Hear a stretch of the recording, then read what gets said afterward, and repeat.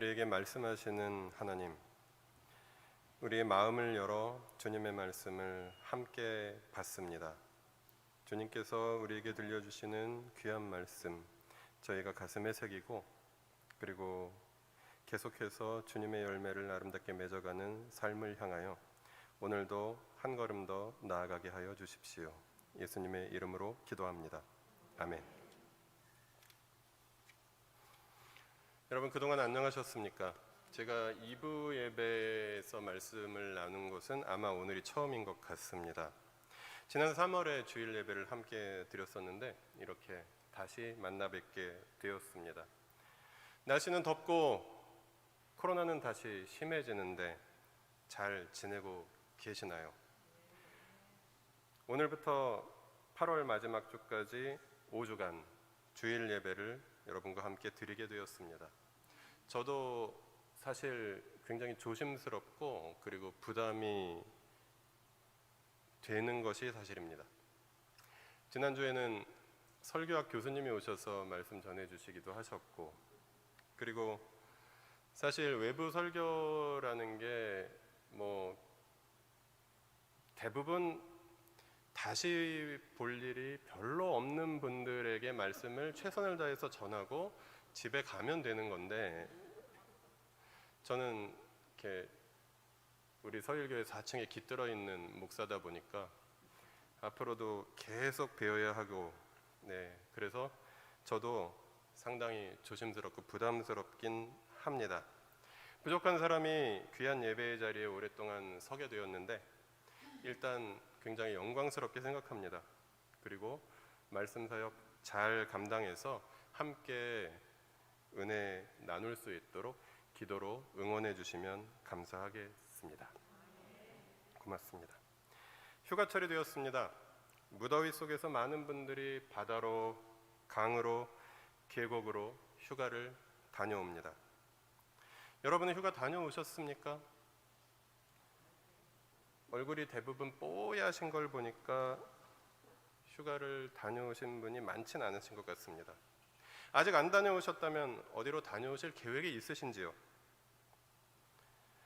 저는 집에서 반려견을 키우고 있습니다. 그런데 한 마리를 키우는 것도 아니고 2마리를 키우고 있어서 집에 두고 어디로 멀리 갈 수도 없고, 그리고 돈 주고 어디에 맡기고 가면 한 마리도 아니고 2마리니까 경제적으로도 부담스러워서 며칠 동안 집을 비우는 휴가는 거의 상상도 할 수 없습니다. 그래서 쉬어도 집에서 쉬어야 하는, 어디를 가도 당일로 가거나 1박 2일 정도 누구한테 잠깐 맡기고 다녀오거나 하는 정도가 저의 애견인으로서의 숙명인 것 같습니다. 아마 강아지 키우시는 분들은 공감하시리라 생각합니다. 어떤 분들은 어디 좋은 곳에 충분히 다녀오실 수 있는 상황이 되시겠지만 저처럼 여러 가지 상황상 그럴 수 없는 분들도 많이 계실 텐데, 아무튼 2022년 상반기 동안 모두가 수고하셨는데 멀리 다녀오시든 그냥 댁에 계시든 어디 계시든 한 해 동안, 한 해의 절반 이상 고되고 분주하게 수고하셨던 그 일상을 잠시 멈추고 모두가 짧게라도 주님 은혜 안에서 쉼을 꼭 누리실 수 있기를 바랍니다. 오늘 본문에는 정말 부지런하고 쉼없이 달려왔던 사람이 한 사람 등장합니다. 우리가 흔히 어리석은 부자라고 알고 있는 바로 그 사람입니다. 아마도 그는 아주 넓은 땅을 가지고 대규모 농사를 짓는 사람이었던 것 같습니다. 가을이 되면 곡식을 거두는데 아마도 그 해에는 평소보다도 훨씬 더 큰 풍년이 들었던 것 같습니다. 이런 상황을 가리켜 전문 용어로 소위 대박이 났다고 하지 않습니까? 그런데 대박이 대박만이 아닌 것이 소출이 너무 많아도 걱정이었습니다. 그 많은 곡식을 다 넣어두기에는 그가 가지고 있는 곳간 곡식 창고에 공간이 부족했던 것입니다.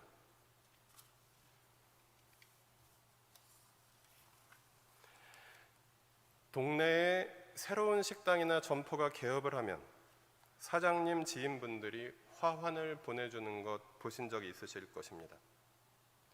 형형색색의 화환에 묶여있는 리본에는 지인분들이 보내준 다양한 축하와 축복의 문구가 예를 들어 대박나세요 이렇게 적혀있는 것 보신 적이 있으실 것입니다. 저는 몇 년 전에 대호동에 개업한 어느 고깃집 입구에 세워진 화환에 달려있는 리본 중에서 매우 재미있는 문구를 본 적이 있습니다.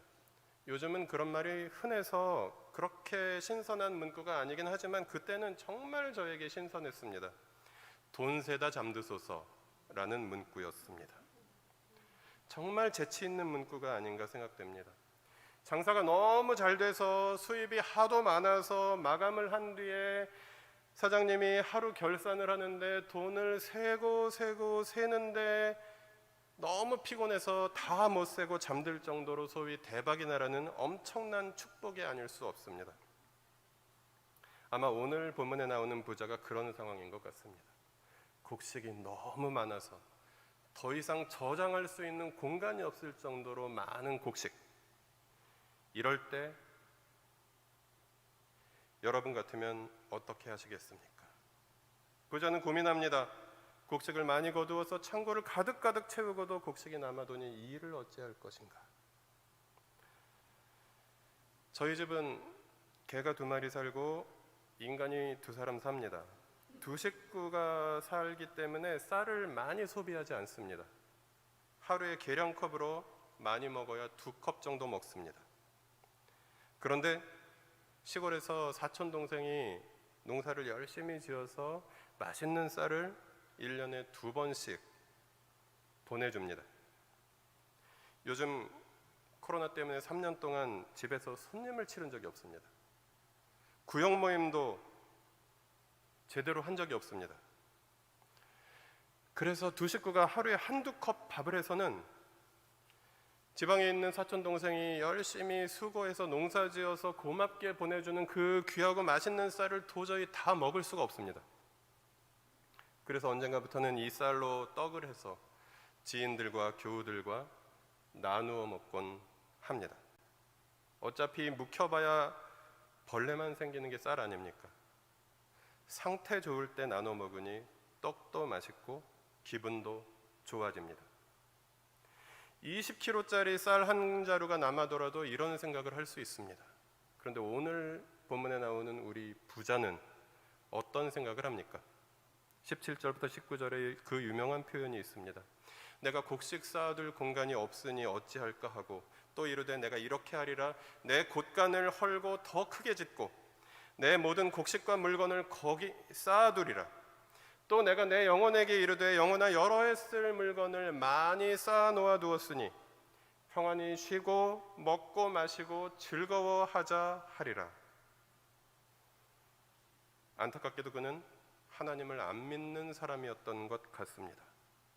일단 그는 많은 곡식을 거두어 들인 후에도 하나님께 감사드리는 모습이 전혀 발견되지 않습니다. 그는 재건축을 선택합니다. 재건축. 일기 신도시의 로망 아닙니까? 지금 가지고 있는 창고를 헐고 더 큰 창고를 짓는 길을 선택합니다. 몇 년치 양식을 계속 쌓아둘 수 있는 창고를 짓고 그 창고 가득 양식을 채워넣는 길을 선택합니다. 그런 그에게 하나님은 말씀하시죠. 어리석은 자요.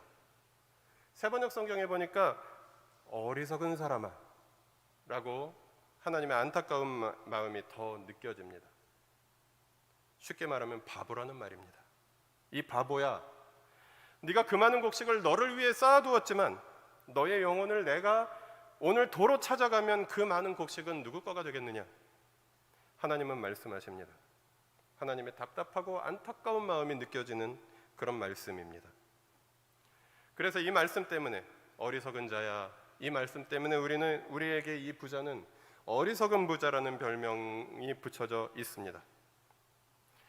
그런데 저는 여러분이 가지고 계신 설교 안에 써놓은 대로 이 부자를 부지런한 부자라고 부르고 싶습니다. 한 가지 더 별명을 붙여준다면 똑똑한 부자라고 부르고 싶습니다. 여러분, 개인적으로 좀 부자인 분을 알고 계신 분이 있으시다면 한번 생각해 보시기 바랍니다. 저는 뭐 재벌 정도 되는 분을 알지는 못해도 좀 부자이신 분들을 뭐 한두 분 알고 있습니다. 세상에서 부자들은 어리석거나 게으르지 않습니다. 물론 별로 노력도 안 했는데 요행이 부자가 된 사람도 개중에 있을 수 있습니다. 하지만 대부분의 부자들은 정말 부지런합니다. 머리도 비상합니다. 돈을 굴리고 재산을 늘리기 위해서 정말로 치밀하고 지혜롭게 노력하고 판단하고 공부도 열심히 하고 연구하고 수고해서 성실하게 돈을 모읍니다. 기독교인들이 하나님께 헌신되어 있다고 말하듯이 아마 세상의 부자들은 돈에 헌신되어 있다고 말해도 과언이 아닐 것입니다. 그런 사람들이 부자가 됩니다. 아마 저 같은 사람은 평생 부자가 되지 못할 것입니다. 부자들이 보기에 저는 재테크에 게으르고 어리석은 사람일 뿐일 것입니다. 세상이 보기에 부자들은 정말 부지런하고 똑똑한 사람들입니다. 그런데 하나님은 본문의 부자를 어리석은 사람아, 이 바보야 라고 말씀하십니다. 그는 자기를 위해서 재물을 많이 쌓아둘 수 있었을지는 모르지만 하나님께 대하여 부요하지 못한 자이기 때문이라고 예수님께서는 21절에서 결론적으로 말씀하십니다. 저는 오늘 본문 말씀을 읽으면서 구약 성경에서 또 한 사람 떠오르는 사람이 있었습니다. 그는 전도서를 쓴 솔로몬 왕입니다. 아마 성경에 나오는 모든 부자들 중에 최고 부자가 솔로몬 왕일 것입니다. 그는 게다가 지혜가 정말 뛰어난 사람이었습니다. 열왕기상 10장 23절에 보니까 솔로몬이 이 세상 어느 왕보다도 지혜로운 왕이었고 이 세상 어느 왕보다도 부자였다라고 기록되어 있었습니다. 솔로몬의 지혜로 이스라엘은 부강한 나라가 되었고 평화를 누릴 수 있었습니다. 또한 그는 우리가 잘 아는 대로 예루살렘 성전을 건축하는 그런 큰 업적을 남기기도 했습니다. 솔로몬은 지혜와 지식과 학문적인 능력과 예술적 재능까지 뛰어난 한마디로 천재였습니다. 그래서 성경에는 그가 잠언 3,000개를 지었고 노래 1,005편을 지었다고 또 기록하고 있습니다. 국방력으로도 솔로몬의 병거는 1,400대, 마병이 12,000명, 군마를 위한 마구간이 4,000개가 있었다고 기록하고 있습니다. 그뿐이 아니죠. 열왕기상 11장 3절을 보면 부인의 수만 1,000명이 있었다고 기록되어 있습니다. 아내가 1,000명이랍니다. 결혼을 1,000번이나 했다는 이야기죠. 그는 실로 이 세상에 태어나서 이 세상에서 인간이 가질 수 있는 모든 능력을 다 가져본 사람이었고 인간이 얻을 수 있는 명성을 다 얻어본 사람이었고 인간이 남길 수 있는 업적도 훌륭하게 다 남겨본 사람이었고 인간이 누릴 수 있었던 부와 쾌락도 다 누려본 그런 사람이었습니다. 그는 그 모든 능력을 발휘하고 명성을 얻고 업적을 남기고 부와 쾌락을 누리기 위해서 얼마나 바빴을까요? 부인이 1,000명이면 왕인데 그 1,000명하고 다 결혼 예식을 하지 않았겠습니까? 1,000명하고 결혼 예식을 하루씩만 치러도 결혼하는 데만 몇 년 걸렸을 것입니다. 결혼식 치르는 데만 몇 년이 걸릴 정도였다면 나라를 다스리고 먼 나라 이웃 나라들과 외교를 하고 교역을 하고 게다가 틈틈이 잠언도 3,000편을 쓰고 시도 1,000편을 쓰면서 탁월한 능력에 초인적인 부지런함이 없었다면 그는 왕 노릇을 제대로 할 수 없었을지도 모릅니다. 그런데 그런 그가 오늘 여러분의 설교 안에 함께 나누어드린 전도서 말씀을 보니까 자기가 행한 모든 수고가 헛되고 헛되며 헛되고 헛되니 모든 것이 헛되도다라고 고백합니다. 그가 그 모든 재능을 다 쏟아부어서 수고하며 행한 일, 마음에 애쓰는 것, 일평생 근심하며 마음이 밤에도 쉬지 못하도록 고민하는 모든 일이 다 허무했다라고 고백합니다. 전도서 2장 21절의 고백은 마치 누가복음의 부자를 생각나게 합니다. 어떤 사람은 그 지혜와 지식과 재주를 다하여 수고하였어도 그가 얻은 것을 수고하지 아니한 자에게 넘겨주리니 이것도 헛된 것이며 큰 악이로다라고 말입니다. 인간이 누릴 수 있는 모든 부귀와 영화와 명성과 쾌락을 다 누려본 솔로몬이 결국은 고백하는 말이 왜 헛되고 헛되며 헛되고 헛되니 모든 것이 헛되다, 모든 것이 허무하다 일까요? 안타깝게도 그는 하나님께서 주신 그 모든 것을 하나님과 함께 하나님을 위해 하나님의 뜻을 따라 전부 다 사용하지 못했습니다.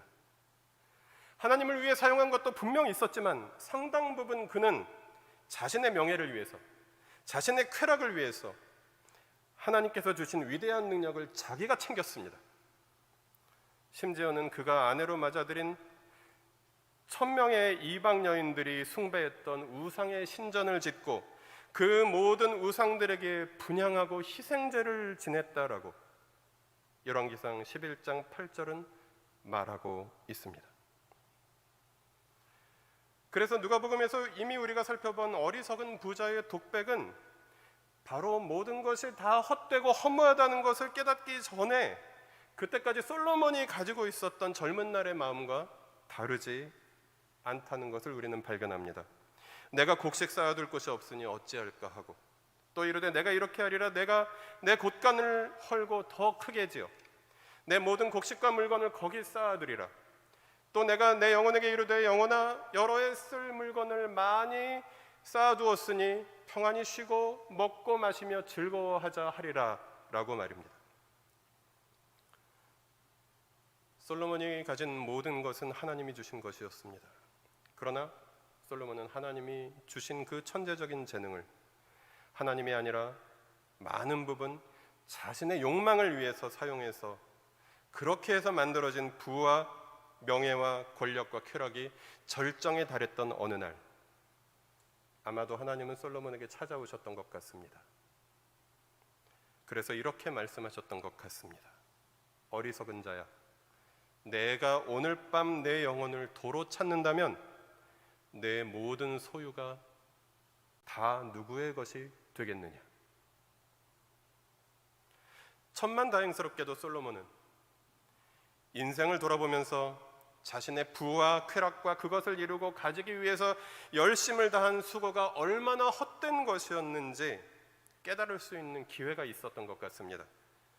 그리고 그는 다행스럽게도 그 기회를 잡을 수 있었습니다. 그래서 그는 전도서에 나오는 고백을 할 수 있었던 것이죠. 그런데 안타깝게도 얼마나 세상에 많은 사람들이 그것을 깨닫지 못하고 어리석은 인생을 마무리하는지 모릅니다. 여러분, 그러면 우리는 어떻게 우리들 각자에게 주어진 인생을 통해서 하나님께서 우리에게 허락하신 지혜와 능력과 열정과 시간을 다 쏟아부어서 최선을 다해서 하나님 앞에서 게으르지 않게 부지런하고 열심히 수고하면서도 전도자의 고백과 같이 헛되지 않은 충만한 인생을 살아갈 수 있을까요? 누가복음의 부자와 같이 어리석지 않고 지혜로운 인생을 살아갈 수 있을까요? 골로새서 3장 1절에서 바울은 말합니다. 그러므로 너희가 그리스도와 함께 다시 살리심을 받았으면 위의 것을 찾으라. 또 2절에서 바울은 이렇게 덧붙입니다. 위의 것을 생각하고 땅의 것을 생각하지 말라. 위의 것을 찾는다는 것은 무엇입니까? 누가복음의 부자처럼 전도자의 고백을 하기 전까지의 솔로몬처럼 땅의 것을 더 많이 가지려는 끝없는 욕망에 사로잡혀서 한평생 이 세상에서 자신의 나라를 세우고 그 나라의 영토를 더 넓히는 것이 인생의 전부인 그런 삶을 살지 말고 위의 것을 추구하고 위의 것을 생각하라. 영원한 가치를 추구하라고 바울은 골로새서 3장에서 우리에게 말하고 있습니다. 이제 우리는 하나님 나라 백성으로서 하나님 앞에서 헛되지 않은 인생, 어리석지 않은 인생을 살아갈 수 있는 정답을 발견했습니다. 헛되지 않은 인생은 위의 것을 찾는 인생입니다. 그런데 여러분, 위의 것을 찾는다는 게 도대체 어떻게 살아가라는 말입니까? 저는 여러분께 한 가지 질문을 드려보고 싶습니다. 땅에 살아가는 우리가 이 땅에서 주어진 삶에 충실하면서 과연 어떻게 사는 것이 위의 것을 찾고 구하고 생각하며 살아갈 수 있느냐는 것입니다. 계속 하늘만 바라보고 사는 것일까요? 계속 일상생활에 신경 쓰지 말고 그냥 교회에서 하루 종일 매일 1년 365일 살면 되는 것일까요? 골로새서 3장 5절부터 15절에서는 이 삶이 어떤 삶인지 조금 더 설명해 주고 있습니다. 골로새서 3장 5절부터 15절을 제가 한마디로 요약해드리면, 하나님께서 기뻐하지 않으시는 삶을 살지 말고 하나님께서 기뻐하시는 삶을 살아라라는 말입니다. 세상 나라의 포로와 노예로 살지 말고 하나님 나라의 자유로운 시민으로, 백성으로 살라는 말입니다. 땅의 영향력에 사로잡혀 살지 말고 하늘에 속한 사람의 삶을 살라는 말입니다. 제가 방금 드린 말씀, 지금 저한테 처음 들어보신 분은 아마 거의 안 계실 것입니다. 적어도 신앙생활 5년, 10년 이상 하신 분들은, 아까 류미숙 지사님도 17년을 하셨다고 하시는데, 많은 목사님들의 설교나 신앙 서적을 통해서 위의 것을 찾읍시다, 하나님 나라에 헌신된 삶을 삽시다, 이런 말씀 엄청나게 들어보셨을 것입니다. 그래서 여러분 다 익히 알고 계신 말씀입니다. 그런데 실제로 그 삶을 산다는 것이 뭘 어떻게 해야 하는 것인지 조금 막연하지는 않으시던가요? 그래서 제가 오늘 골로새서 3장에서 말하는 위의 것을 추구하는 삶을 구체적으로 확실하게 시작하는 비밀이자 열쇠를 알려드리고자 합니다. 골로새서 3장 16절이 바로 그 위의 것을 추구하는 삶, 그래서 헛되지 않은 삶을 살아갈 수 있는 비밀이요 열쇠가 3장 16절이 말하고 있습니다. 자, 지금부터 헛되지 않은 인생의 비밀, 위의 것을 추구할 수 있는 비결, 위의 것을 추구하는 삶의 열쇠를 알려드리겠습니다. 기대하셔도 좋습니다. 비밀은 의외로 쉬운 데 있습니다. 16절입니다. 그리스도의 말씀이 너희 속에 풍성하게 하라 라고 바울은 말합니다. 혹시 실망하신 분 안 계십니까? 어떤 비결이라고 했을 때 한 번도 보지도 듣지도 못했던 이야기를 하면 그 사람이 이상한 사람일 가능성이 매우 높습니다. 우리가 잘 알고 있는 바로 그 말씀이 하늘의 것을 추구하는, 위의 것을 추구하는 사람의 삶을 살아가는 비밀이요 열쇠였습니다. 땅에 붙어있는 우리가 위의 것을 찾고 구하며 생각하며 살아갈 수 있는 유일한 방법은 하늘에 연결되는 것입니다. 하늘과 접속되는 것입니다. 컴퓨터 용어로 말하면 하늘과 링크되는 것입니다. 하늘로부터 오는 지혜를, 그래서 하늘과 연결되어야 받을 수 있고 힘입어 살아갈 수 있는 것입니다. 하늘의 지혜가 어디에 들어있습니까, 여러분? 하나님께서 창조하신 이 아름다운 세상 천지 창조의 모습에서도 하나님의 지혜와 경륜은 드러납니다. 그리고 하나님께서 여태까지 인류를 살아가게 하셨던 인류의 역사 속에서도 하나님의 지혜와 경륜은 발견될 수 있습니다. 그러나 가장 구체적이고 확실하게 우리가 위로부터 오는 하나님의 지혜를 힘입을 수 있는 방법은, 그 비밀은 바로 지금도 여러분이 한 권씩 가지고 계시며 아마 댁에 가보면 몇 권씩 가지고 계실 바로 이 하나님의 말씀, 성경을 통해서 우리는 공급받을 수 있습니다. 시편 1편 말씀에도 복 있는 사람은 하나님의 말씀을 사랑한다고 말합니다. 복 있는 사람은 하나님의 말씀을 주야로 묵상하는 사람이라고 말합니다.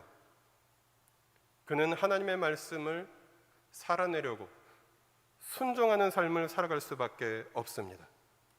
그래서 그리스도의 말씀이 우리 안에 풍성해지기 시작할 때 우리의 삶은 자연스럽게 우리가 살아갈 수밖에 없는 땅의 영향력에 사로잡힌 삶으로부터, 우리가 땅에 발딛고 살고 있긴 하지만 위의 것을 추구하고 위의 것을 생각하는 삶으로 우리를 하나님의 말씀은 인도해 주는 것입니다. 그래서 여러분, 하나님의 말씀이 여러분 개인과 서일교회 공동체에 풍성히 거하게 하시기를 축복합니다. 그 모든 지혜가 담긴 진리의 말씀으로 피차 가르치며 권면하며 살아가십시오.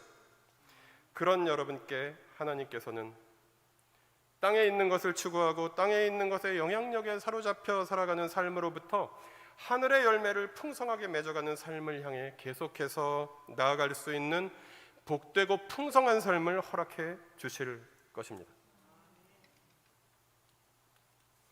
하나님께서 사랑하시는 서일교회 성도 여러분, 하나님은 오늘 우리에게 주셔서 함께 나눈 말씀을 통해서 우리를 자기를 위해서 재물을 쌓아둔 어리석은 부자가 아니라 하나님에 대하여 부요한 자, 물질 부자가 아니라 하나님 부자가 되어가는 삶으로 우리를 초대하고 계십니다.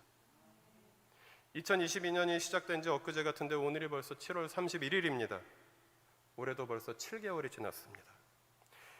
올해도 7개월 동안 살아온 각자의 삶의 무게를 어깨에 지고 힘들고 고달프게 분주하게 수고하며 살았던 발걸음을 잠시 멈추고 각자의 인생을 돌아보지 않겠느냐고. 그래서 내가 열심히 수고하고 지혜롭게 노력하며 살았지만, 그리고 어느 정도는 얻었고, 그리고 어느 정도는 만족스럽게 살고 있지만, 그러나 그 삶이 혹시 어리석은 부자를 닮은 삶은 아니었냐고, 하나님께 돌아오기 전에 솔로몬의 모습은 아니었냐고 하나님은 우리에게 물으십니다.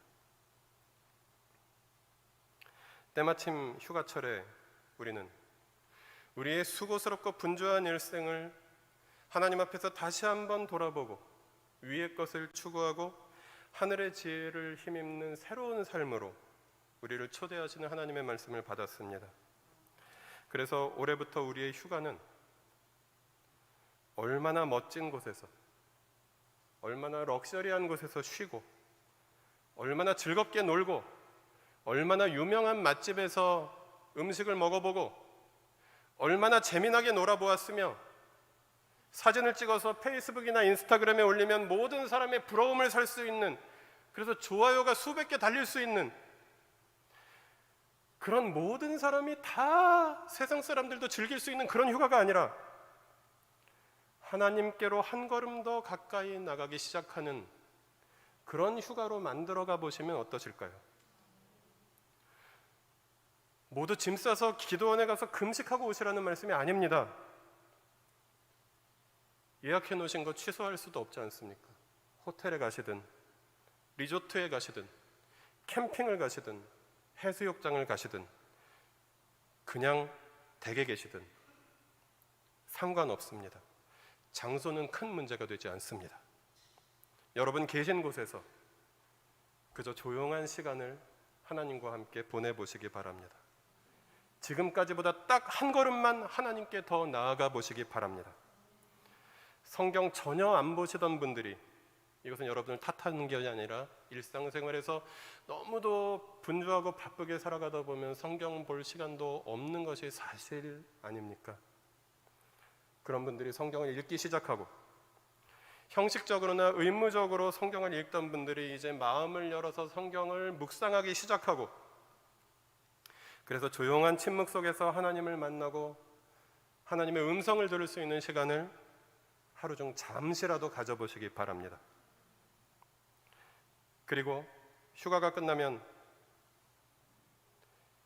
아직 풍성한 삶으로의 초대, 풍성한 삶의 기초, 풍성한 삶의 첫걸음 등 양육도 한번 신청해 보시고 말씀의 진리, 복음의 진리 안에서 계속해서 더 깊어져 가는 그런 삶을 살아가기 시작하는 출발점으로 이 여름의 가장 뜨거운 시간들을 그렇게 삼아 보시면 어떠시겠습니까? 그렇게 그리스도의 말씀이 나의 삶에 풍성히 거하는 삶을 다시 우리가 함께 시작할 때, 매일의 삶 속에서 말씀으로 우리를 인도하시는 하나님의 인도하심을 받기 시작할 때, 우리는 비로소 물질 부자가 아니라, 세상 부자가 아니라 하나님 부자가 되어가기를 소망하는 삶으로 새롭게 출발할 수 있을 것입니다. 말씀을 맺겠습니다. 사랑하는 여러분, 물질 부자가 아니라 하나님 부자가 되기를 힘쓰시기 바랍니다. 땅의 것이 아니라 위의 것을 추구하는 그리스도인들이 되시기를 바랍니다. 허무한 인생이 아니라 충만한 인생을 향해 한 걸음 더 나아가십시오. 그리스도의 말씀이 여러분 안에 풍성히 거하게 하십시오. 기도하시겠습니다.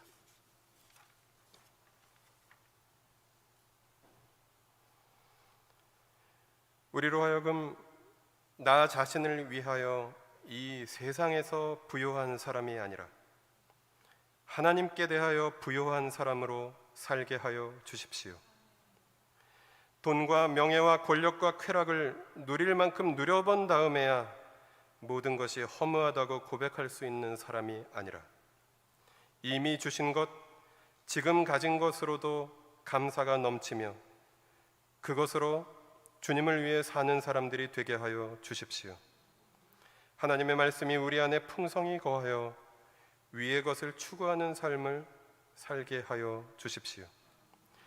주 예수 그리스도의 이름으로 기도하오며 우리 주 예수 그리스도의 은혜와 하나님의 사랑과 성령의 말씀으로 우리를 새롭게 하시는 은총이 지금부터 영원토록 우리 모두와 함께 있을 것입니다.